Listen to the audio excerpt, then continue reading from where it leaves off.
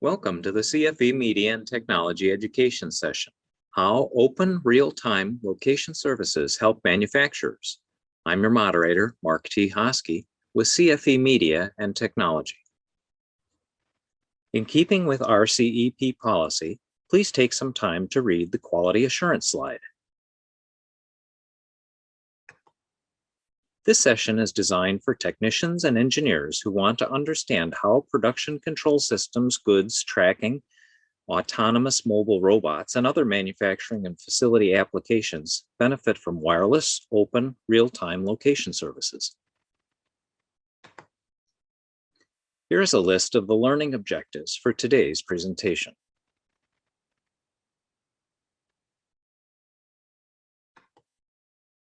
For a seamless online experience, here are some tips. Added resources, including the presentation, can be downloaded on the left side of the screen below the session's agenda. If you'd like to take notes within the session, click on the left panel labeled Notes to do so. The session is available on demand if you need to come back at any time. Remember that the session will be made live at noon Central Daylight Time and 1 Eastern Daylight Time, and the Q&A starts immediately thereafter. An industry expert will answer viewer questions live, and those questions will be archived with the session. You can see the Q&A details in the Meetings tab on the left side of the screen, and then you can get a continuing education credit by passing the final exam at the end of the session. Here's some information about obtaining approved PDHs for today's session.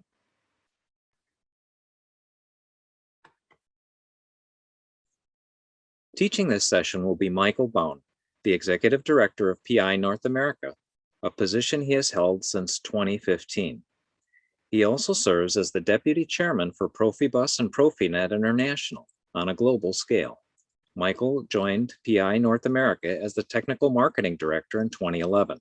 Prior to this position, he was a product manager at FRABA Incorporated, a manufacturer of rotary and position sensors. He holds a Bachelor of Science degree in physics from the Pennsylvania State University. Hello, everybody, from my side. Thank you for joining my presentation and learning session today. We're going to talk about omlox, the world's first open locating standard for industry and logistics, and real-time locating systems, or RTLS, in general. First, a quick introduction to the organization. Omlox is part of PI. PI stands for PROFIBUS and PROFINET International. We started about 30 years ago in Germany, when roughly half a dozen universities and companies all got together to write the PROFIBUS specification. It's a worldwide organization with a strong community of roughly 1,700 member companies throughout the world. We are arranged in more than 24 regional associations with 60 test and training centers. Under the technology umbrella at PI, obviously there's PROFIBUS and PROFINET, but we also have the technologies of IO-Link, omlox, and then a new one this year, the Uniform Robot Interface. The way the specifications are worked on at PI is through working groups. And so specifically under PI at omlox, a committee leader is a gentleman by the name of Dr. Matthias Jost. And then there are specific working groups for marketing, use cases, the locating middleware, which we'll talk about, the open ultra-wideband system, or UWB system, which we'll talk about, and then quality and testing. As I mentioned before, it was formed in the late 80s. Today, we're organized into 27 regional PI associations, or RPAs, 62 PI competence centers, or PICCs, 33 training centers, or PITCs, and test labs, or PITLs. These are distributed around the world in a decentralized fashion. So there are organizations not only in North America, but also China and Japan and Australia and Brazil, South Africa, all across the globe. These competence centers provide exactly that, competence. So if you have a question about the technologies, whether you're an end user or device manufacturer, you can call them up and they will support you in any way they can. Training centers offer extended training on the technologies. So this is a great learning experience here in today's webinar, but if you wanted to do deep week-long certified training, this is offered by PITCs. And then PI test labs test every single device that is installed in a factory, whether it's PROFIBUS, PROFINET, IO-Link, or omlox. And that's to ensure that these work together in the way that they're supposed to. PI follows the think globally, act locally mantra, meaning think globally. That means if you develop a device anywhere in the world, it can be installed everywhere in the world. And then act locally is exactly what you see on this screen here with these decentralized organizations providing support locally in the mother tongue. So you can speak to somebody in Japan if you're in Japan, or if you can speak to somebody in China if you're in China, and so on and so forth. Here in North America, the RPA is PI North America. It was founded in 1994 as the PROFIBUS Trade Organization, or PTO. We are a nonprofit member-supported organization. I have nothing to sell today. Everything is handled by the member companies. They're the ones with the products.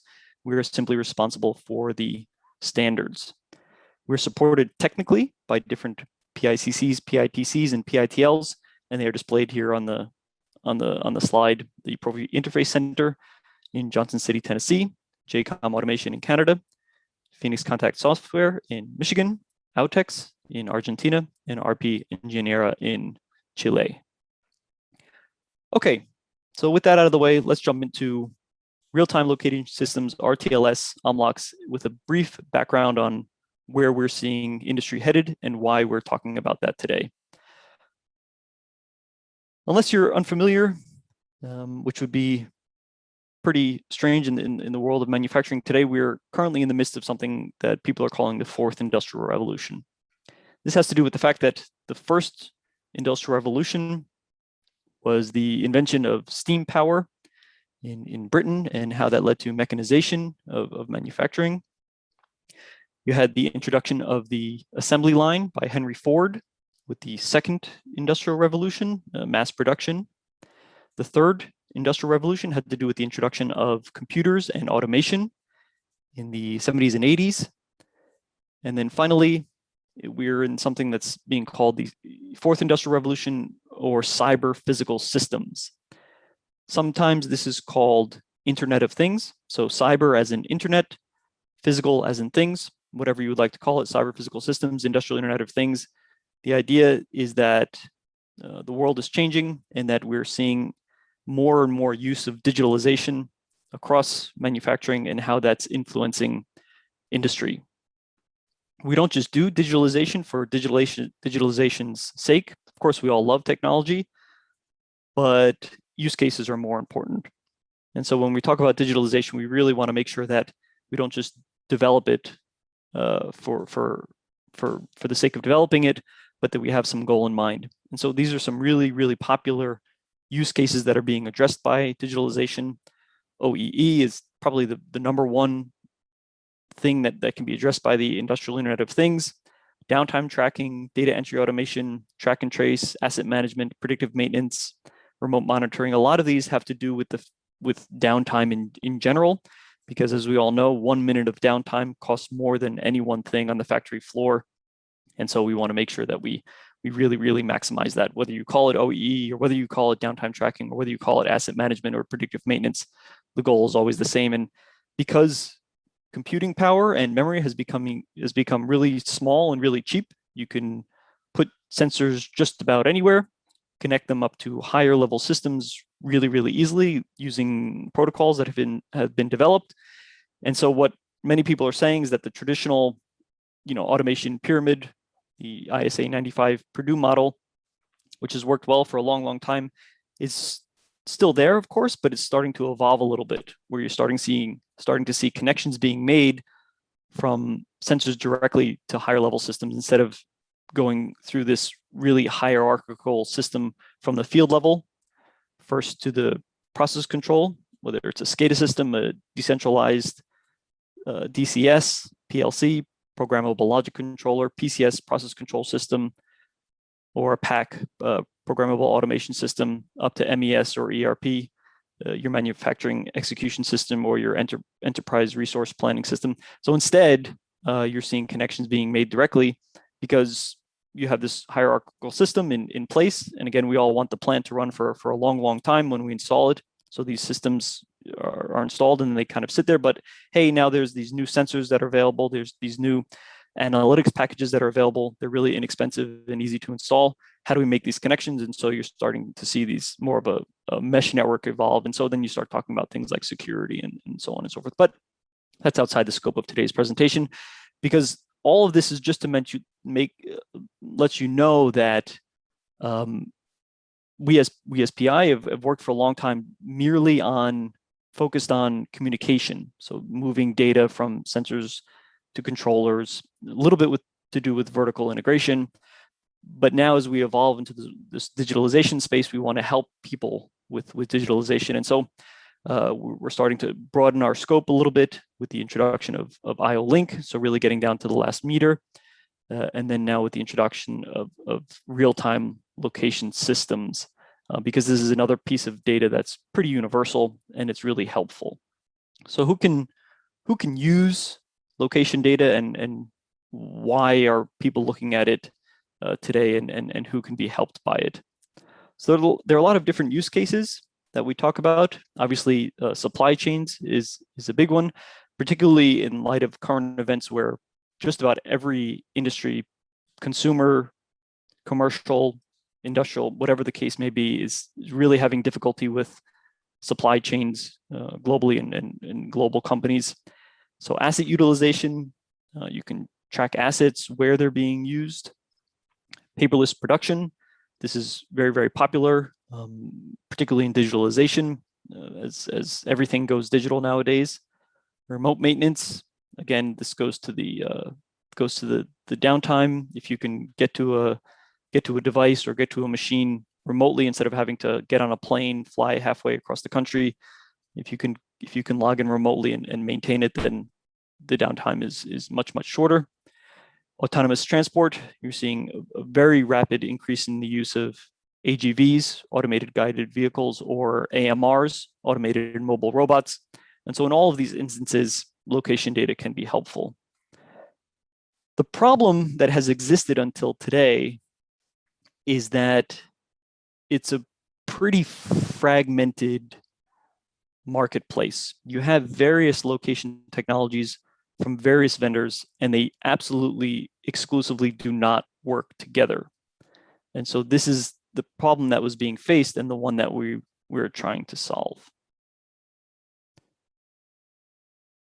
So who needs an open locating system? And so that's kind of the problem we're trying to solve. And then the audience that we're trying to address, location is a key enabler for industrial processes. As I mentioned on the previous slide, I mentioned that the market is very fragmented and closed. And this is especially true for the ultra-wideband technology, which we'll talk about shortly. And there's not a silver bullet of locating technology indoors. So you have a lot of different technologies that are being used, some for identification, for example, for RFID, some for maybe SLAM-based systems or Wi-Fi, BLE, Bluetooth Low Energy, and all these things we'll talk about. So there is no silver bullet. So that's one thing that's being issued. You have a lot of different technologies that are used. And the big thing is that because these are proprietary and fragmented systems, they're really not well suited for small and medium-sized enterprises. It's very, very, very expensive because one vendor provides the entire stack from the lowest hardware through the middleware up to the application layer, and they control it, and there's a strong high level of vendor lock-in that it becomes the ROI quickly disappears and the total cost of ownership goes up, and it doesn't make sense for small or medium-sized companies. On the other hand, an open standard enables ecosystems, and this is something we know very well from the history of standards that have been brought to the market. There's competition and innovation, and when there's competition and innovation, what happens? Prices go down because companies compete. They're forced to innovate and add new features while lowering prices at the same time. And then you talk about things like data sovereignty. Because it's a standard, you can very easily decide where the data lives and where it stays. And we'll also talk about that in the architecture here a little bit in a few slides. Again, we really like to focus on use cases. And so we don't just develop technology for technology's sake. We could read through all of these, but the long story short is that really location data is very, very, very broad. And this was discovered relatively quickly. At first, we focused just on automation environments, and because that's where we came from, technologically speaking.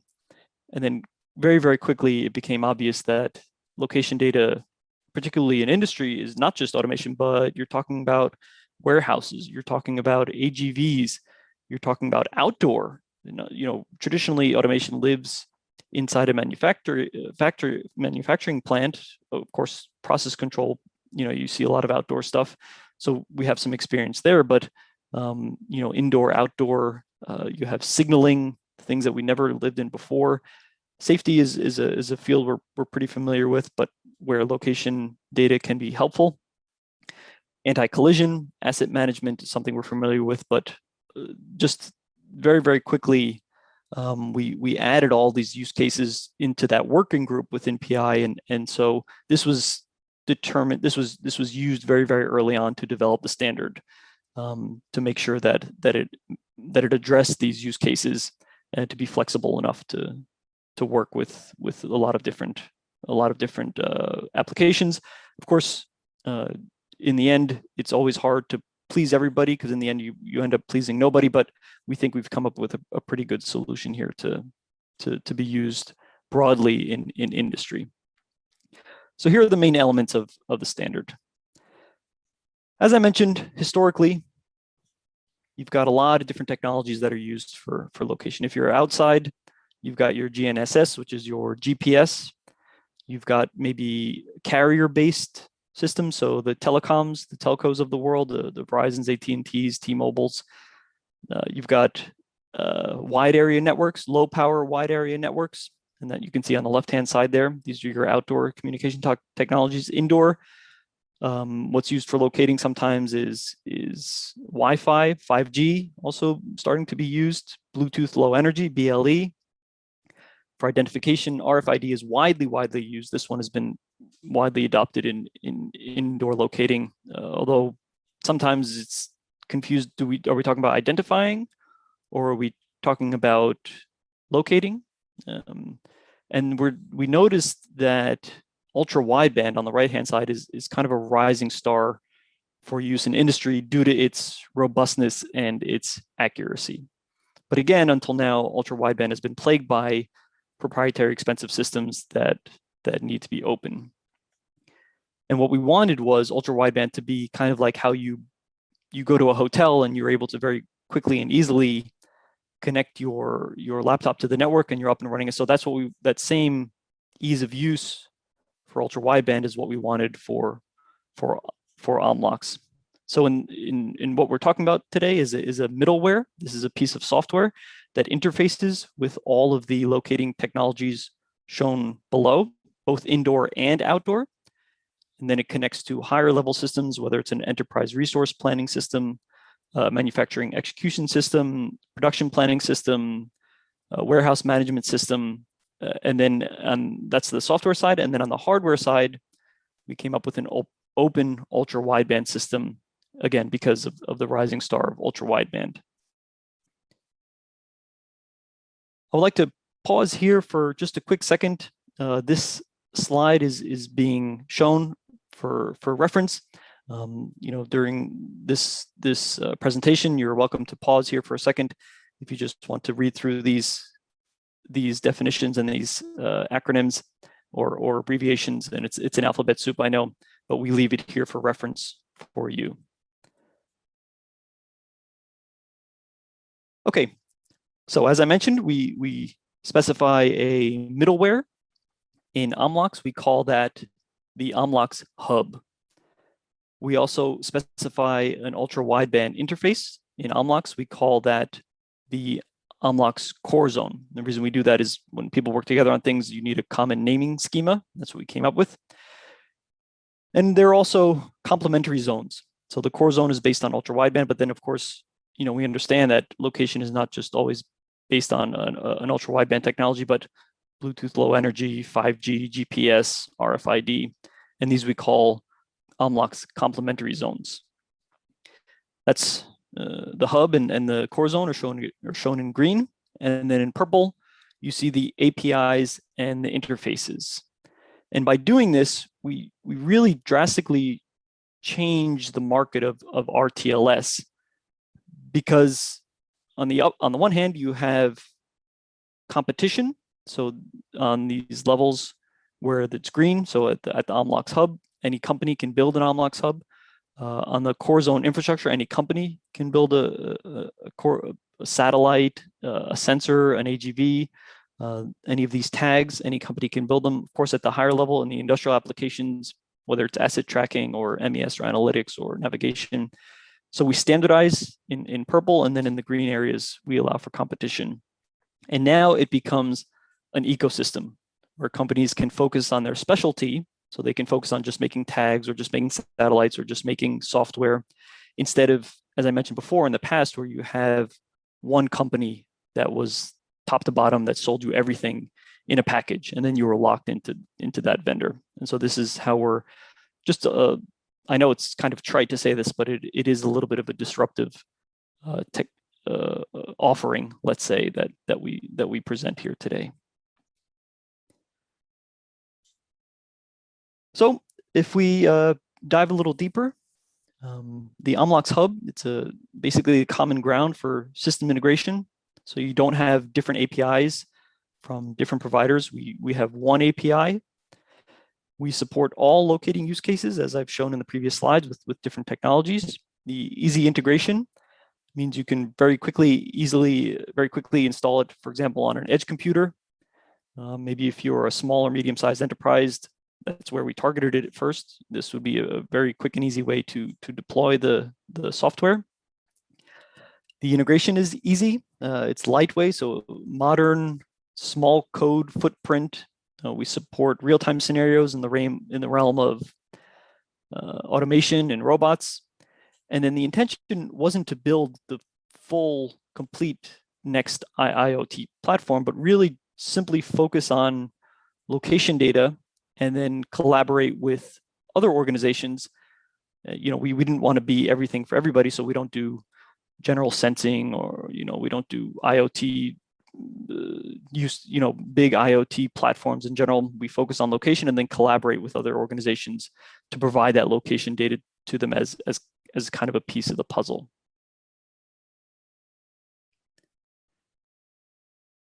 So in the software stack that we've got in the omlox hub, there are kind of four main entities. There are providers. They provide the omlox data, and they cover a certain area. Providers that cover a certain area, for example, would be called a zone within omlox. You have your trackables. These are the things that can be tracked, and there's a certain philosophy around how we do that I'll talk about next. And fences are areas where you want to know whether something is inside or outside. For example, in a warehouse, how many pallets are in a certain place. Or if you're in the process control industries and you would like to know if a worker is in a potentially dangerous area and therefore should be monitored more closely. So these are the four pieces of the omlex hub from the software side. And the main concepts, kind of the four pillars that we're dealing with, if we dive a little deeper, are the trackables, georeferencing, fencing, and then distances or collision. So a trackable is a semantic description of a thing that can be tracked. And the key point is that you can associate tracking technologies, the different tracking technologies, whether it's ultra-wideband or GPS or RFID, dynamically to a trackable. So for example, imagine you have a pallet on a truck. It's driving on the highway to a facility. The software, the hub, assigns the GPS location of the truck to the pallet. This is your trackable. So you ask, hey pallet, where are you? And it replies with its coordinates. Now the truck enters the yard and the pallet is being moved by a forklift. And so therefore the software, the hub, assigns the GPS location of the forklift to the pallet to get its location. And now the pallet moves indoors, and then the same principle applies. So no matter which technology is used, we dynamically assign the location to the thing you want to track. Georeferencing is the other main pillar that the omlox hub is doing. Each indoor locating technology, as I've shown previously, each has its own coordinate system in which it works. So it's calculating position in X and Y and Z, and each vendor does it differently. And it makes it hard to compare and integrate the data from these different location technologies because the coordinate systems are different. So what the omlox hub is doing is georeferencing all these different indoor data into a global format. And therefore you can seamlessly integrate indoor and outdoor scenarios. Obviously indoors, GPS isn't as reliable. And of course, outdoors, you wouldn't use the indoor technologies that we've talked about. And so we're able to also seamlessly move between indoor technologies also. If you have multiple indoor locating technologies, if you geo them all to the same standard, then you're able to quickly move between them as different tracking technologies are used.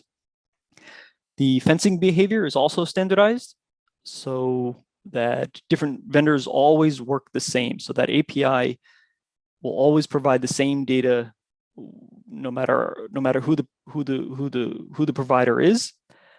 So it lets you know, and it computes whether something is inside or outside a fence, and it's all done with the same principles. The computation of distances and collisions, this is being used ever more in automation environments, even for things like social distancing, can be used in examples where, let's say, a worker is approaching a machine. So it knows how far away the worker is from a machine, and then it automatically starts a process as the worker walks up to the machine in order to increase throughput or efficiency or whatever the case may be. So these are kind of the four main pillars of the omlox hub on the software side. There are different runtime environments where you can apply an omlox hub. I mentioned the edge computing already, the edge-based scenario. So maybe you've got a small industrial PC on the shop floor. You very quickly want to implement the omlox hub. This is where you would do it. Of course, you can run it in your far edge. So this would be if you've got a compute center on a production site that's covering multiple halls. So you have your own hosted cloud. And then, of course, it can also be run in a public cloud scenario for larger installations. What's really nice is that these possibilities can be cascaded. So you can start with an edge, and as you grow, you can add larger and larger systems. And then what's also nice is that this helps with addressing data sovereignty or data ownership. So maybe there's certain data that you want to keep on the shop floor, which shouldn't be shown to higher level systems, but you have some other pieces of information that would be really helpful at the higher level systems. And so this cascading possibility allows for choosing which data you own and where you keep it, and which data gets shared. For example, maybe you have a supplier, or maybe you're a customer of somebody, and you want to let them know where their product is in the production cycle, because they're asking you, hey, what's the lead time on this? And so you would be able to share that information with them without giving away specifics of proprietary things on your shop floor. This is kind of a Lego brick idea, and it's also the Lego brick idea that I talked about before, where you have different vendors competing at different levels, and then you assemble the system from different suppliers. That's the whole point of a standard. And it's kind of like Lego bricks instead of just one vendor. And the same applies here in the integration scenarios.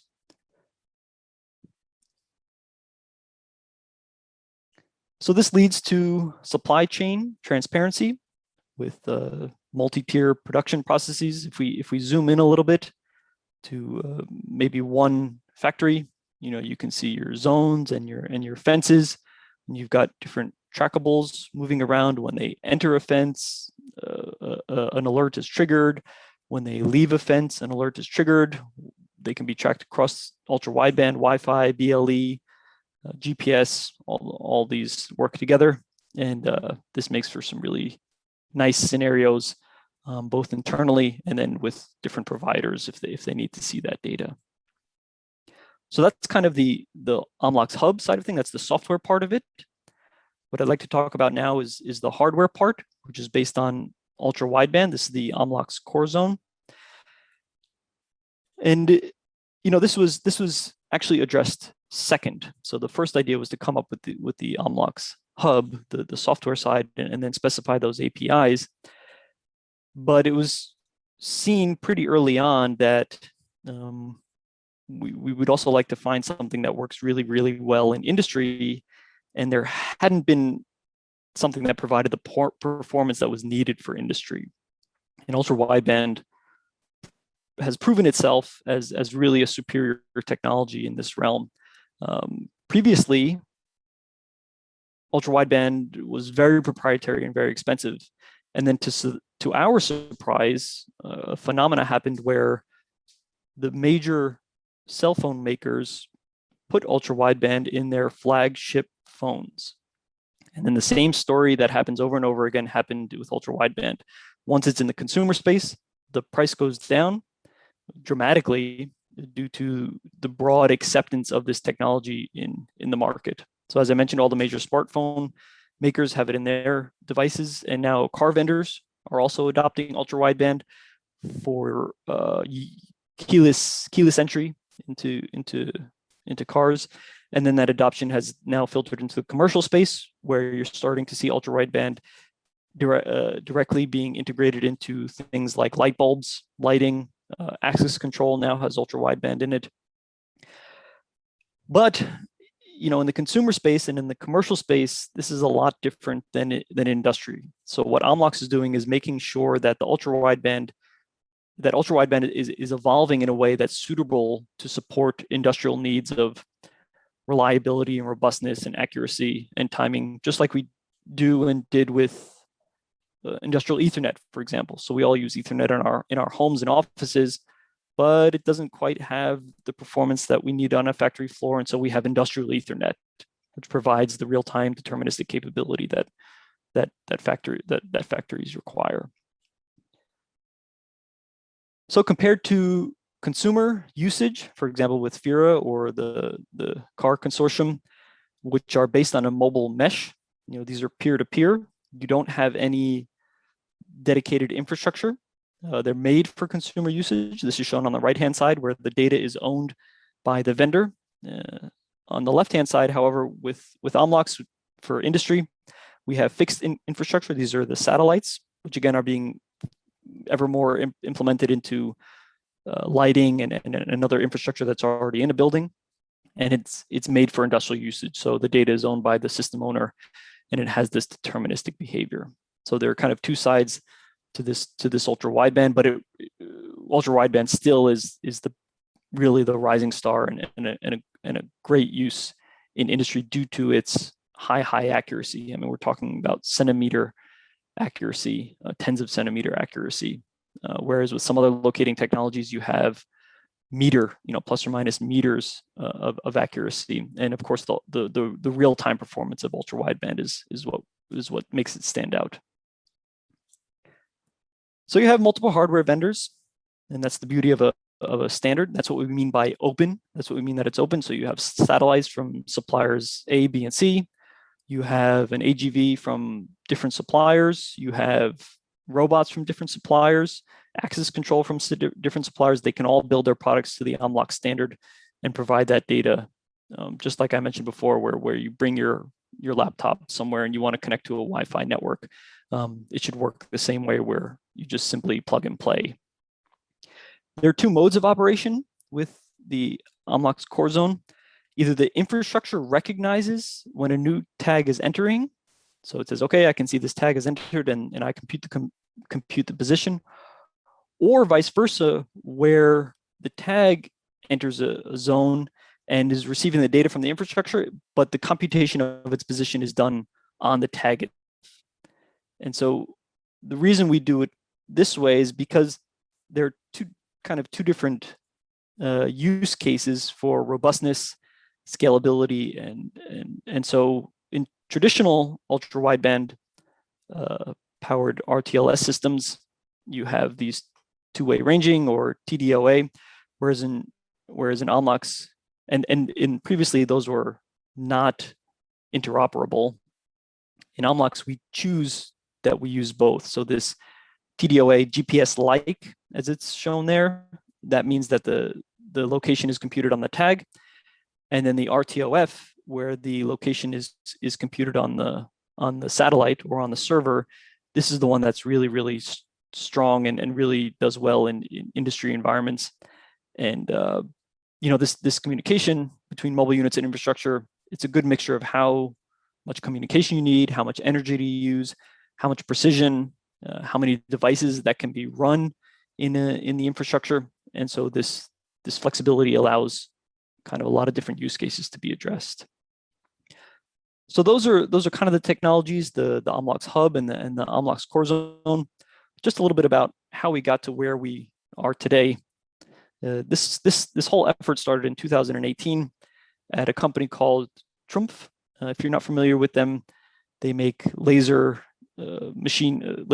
cutting, metal bending, big machines for industry in the machine tool space. Kind of developed in stealth mode, and then in 2020, the first omlox standard was published. The IP was handed over to PI in the middle of last year, and then first products were quickly launched that are built to the omlox standard. We won a pretty prestigious award known as the Hermes Award in mid-2020, and that really ramped things up as from an awareness perspective. And in September of last year, about a year ago, the internationalization effort started. And then today we have the first productive deployments, the first proof of concepts, and I'll show two of those specifically in a second. And we're working to align with other industrial standards as we grow the membership. As I mentioned, it's an open standard, so you have lots of different companies that provide the products. So from the hardware side, on the omlox core zone, there's a list of companies there you can read through yourself. These ultra-wideband chips are being provided by two chip providers. We have members around the world from all different countries and all different regions. On the software side, you have IT integrators that help implement the omlox hub based on these standardized APIs. And the number of companies that are interested in working with us is growing every day. And these are big companies that are well known and have a lot of research and a lot of resources to provide, as well as startups, that can quickly grab the standard, build a product because it's open and published, and they can just simply do that. As I mentioned, we don't want to be the IIoT solution for everybody, but we know our place, and that is providing location data.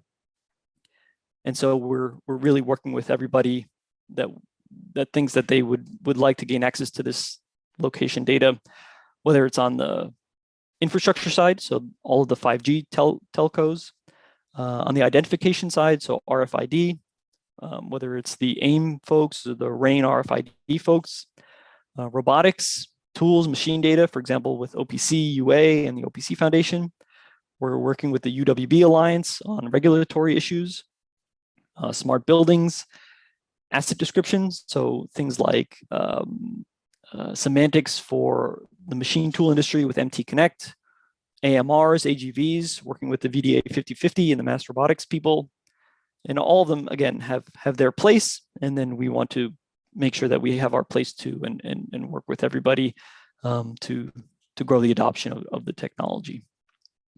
So what I'd like to do now is kind of highlight two really nice use cases and specific examples where omlox has been employed. This is a recent example at a company called Mann & Hummel. Mann & Hummel make filters. And as you can imagine, with the COVID-19 pandemic that we've been living under for the last 2 years or so, filtration technology has become in high demand. And so they've seen a really strong uptick in orders.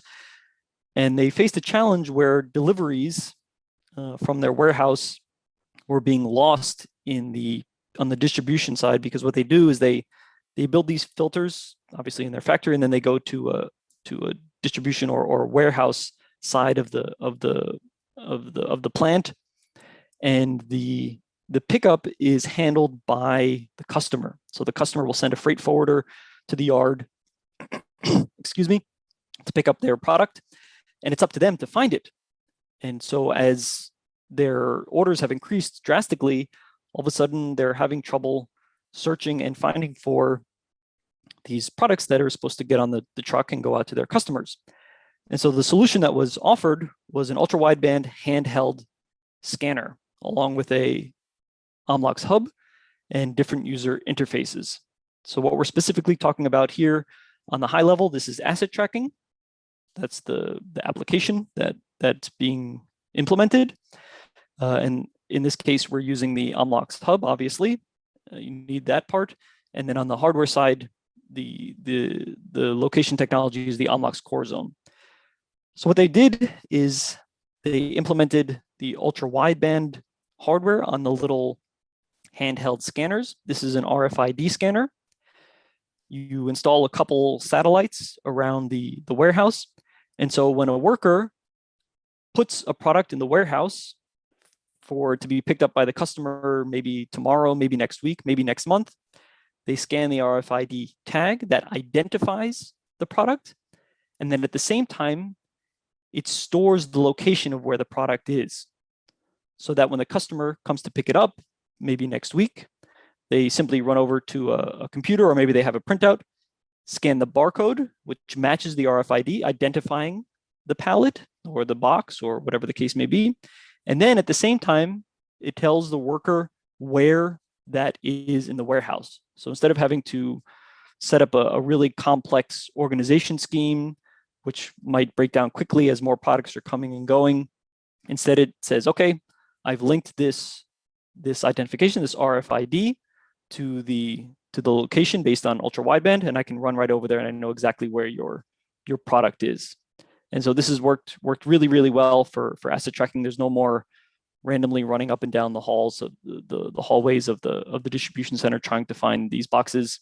You can go right to it, and then the forklift can bring it out to the freight forwarder's truck, and off it goes to the customer. So that's an indoor example. Another example that's recently installed at a company called Liebherr. I don't know if you know Liebherr. They make these, among other things, really, really enormous vehicles used in mining applications. I mean, these are 4,000 horsepower vehicles the size of your house. And so the way they're built is in a modular fashion. So they're all put together in a plant in France. And then each module of the truck, because you can't transport these as one piece to the mine, the modules are broken down into boxes and placed in a yard and stored in an outdoor yard before they're all picked up together and shipped to the mine. So in this case, again, the application is asset tracking. Again, of course, the omlox hub is involved with its APIs, but instead of using indoor, we're using complementary zones, in this case, RFID and GPS. The RFID and the GPS is implemented on the outdoor forklift, which has little sensors on it that can read RFID tags from a distance. So in the indoor location, we had a little handheld scanner because it was close by. But in this case, the RFID needs to read the tags from a box that's a couple meters away. It's powered by a battery on the forklift, and then that translates it into a gateway, which is shown here on the right in this blue box, which translates, which transmits the data via GPS, which translates the GPS data via telco. So in this case, they're connected to the local carrier, and then that pushes the data, the RFID, the GPS location, to an omlox hub that standardizes everything so that they can keep track of where these boxes are and then quickly retrieve them when the time comes to ship the correct set of boxes to the supplier, or to the customer, excuse me, to the mine. So these are two nice examples just to show you where we're using omlox. It's still a new technology, but we have these nice proof of concepts, and we're seeing more and more every day, both indoor and outdoor, using complementary and core zone as well. So in summary, provides unified access to location data for all use cases in industry and logistics. We enable data sovereignty and data ownership. It's interoperable for smart factories and transparent supply chain. It's an open ecosystem. Anybody can participate. The standards are available to anybody to build a product to. We're hosted by PI as a standards organization. And we define both a software, middleware, as well as a hardware UWB system. And so that's kind of omlox in a nutshell. If you would like to learn more, we've got some links here on the slide, and these will be provided to you. And these links, if you click them, you can be taken to the specific piece of collateral, specific technology page on the PI North America website, the omlox home website itself, a few YouTube videos, one specifically for the core zone, one specifically for the hub, and then the specifications if you're so interested in accessing those. And these are member-only documents, but joining PI anywhere in the world is pretty easy to do, and then you would have access to these specifications. Well, thanks, Michael. That was great information, and appreciated the use case examples. Now we have some time for questions and answers. Questions were from registrants and from the instructor and moderator of this course. Just a few reminders about the course as we're getting ready to answer the additional questions. Main point here would be that to take the continuing education credit exam, it's available after the session, and so on for the questions. Thank you, Michael. All right, so let's go on to, are there applications that are particularly suitable for a real-time location system as opposed to other means of location? Yeah, that's a good question. I think each application will be determined by the customer, and so I think a really good one to help understand that was that first use case of the folks that are making the filtration systems. And so for them, things were working really well for a long time when volume was at a particular level.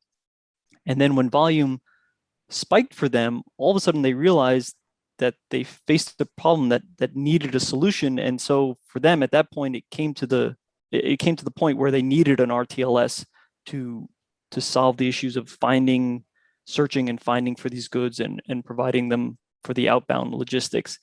And so it's kind of use case dependent. If somebody's saying to themselves, if they're pulling their hair out, oh man, I really need to know where something is, well then that would be the case where at that point it makes sense to look for an RTLS. There's no specific industry, as I mentioned before, that can benefit this from more. Warehouses and AGVs and automation factories and process control, sure, being utilized a lot, but we've even seen places like hospitals that want to look into this technology because they have to find a crash cart or something, and they need it fast. Real time is really important, obviously, in instances of healthcare and places. So really, in any case, it's not industry specific where you're saying to yourself, oh my gosh, I really need to locate to this, and I really need to locate it now. If it's okay that you take your time to find it, fine, great, then RTLS would make sense. But if it's, it really depends on the application, but it's usually driven by somebody saying, okay, this is getting ridiculous. I really need to find something right away instead of waiting around. Great. Thanks for the acronym list. I noticed you said satellite where other applications may have said transmitter. Could you talk a little bit about ultra-wideband compared to other industrial wireless technologies? Okay, good. Yeah. So satellite, so the satellites are the infrastructure. If you think about Wi-Fi, for example, this is your router. This is the translate in an ultra-wideband, it's called a satellite. And then the transmitter would be like the tags. So these are the tags that can be placed on a product, can be placed on a forklift, can be placed on a robot, can be placed on anything that wants to be tracked. And so these tags are the things that communicate with the satellites. So the satellites you would install around the inside of the building, and then the tags are the things that move around. And so, as I kind of mentioned earlier, this is not based on a peer-to-peer or mesh idea, where at least in the core zone, where in the ultra-wideband, where some ultra-widebands can be talked to other ultra-widebands, and that's how they found themselves. The ultra-wideband that we've implemented in the omlox core zone, really, you need that infrastructure, because in industry, the robustness and the determinism is what's important. And so in that case, the ultra-wideband within omlox core zone, you need those satellites and those tags. You mentioned several industrial and facility type applications, mobile robots, production and control systems, goods and asset tracking as ways to use an RTLS. How can I assess if a particular application is suitable? Yeah, that's good. That's a good question. I don't want to repeat myself, but I think the answer goes back to the first question. An RTLS makes sense when the demand and when the frustration has reached a certain level that okay, or maybe in the case of specifically of open RTLS systems, if you've reached a point with a vendor and that vendor lock-in has increased costs and therefore the TCO is going up, the ROI is going down, that would be another instance where, okay, maybe it makes sense to look at an open RTLS instead of a proprietary RTLS. So those are kind of the two instances where you want something open, or you've reached a point where you have to do it, or because of these use cases that we mentioned of asset tracking or remote monitoring or things like this. So after identifying an application for using real-time location services, what would be the next step toward implementation? The way you would, okay, so you've decided that you want to install an RTLS. The way you would go about it, so traditionally you would go find a vendor who provides the whole thing top to bottom. With an open RTLS, you would find a system integrator. So a system integrator, and there are lots and lots of them that have been installing them from a proprietary perspective for a long time. A system integrator would say, okay, I'm going to take the best in breed tags, I'm going to take the best in breed satellites, I'm going to take the best in breed middleware, I'm going to put this all together to create a package for you. Oh, you don't like that particular vendor? Okay, then we can swap in a different vendor. But really the system integrator is the first port of call, because they're the ones that have knowledge of how to set up the system in a very inexpensive fashion for sort of small to medium sized enterprises, based on the products that the customer is looking for. Great. Looks like we have time for one more question. You mentioned many inside and outside applications. Can omlox be compared to like an operating system that operates over multiple platforms and vendors? Yeah, absolutely. Yeah. And that's kind of that's kind of the innovative part of the omlox hub, because until now there really was no operating system, as you call it, that integrated both indoor and outdoor technologies. As I mentioned earlier, GPS isn't very well suited for indoor technologies, particularly in industry where you have lots of metal and reflections. And of course, indoor technologies don't make sense outdoors. And so that's kind of one of the unique problems that was solved by this open RTLS was the integration of both indoor and outdoor. Yeah. Great. Thanks very much to our today's speaker, Michael Baun, Executive Director, PI North America. I'm your moderator, Mark T. Hosky, Content Manager, CFE Media and Technology. Thank you for joining us for this session, How Open Real-Time Location Services Help Manufacturers.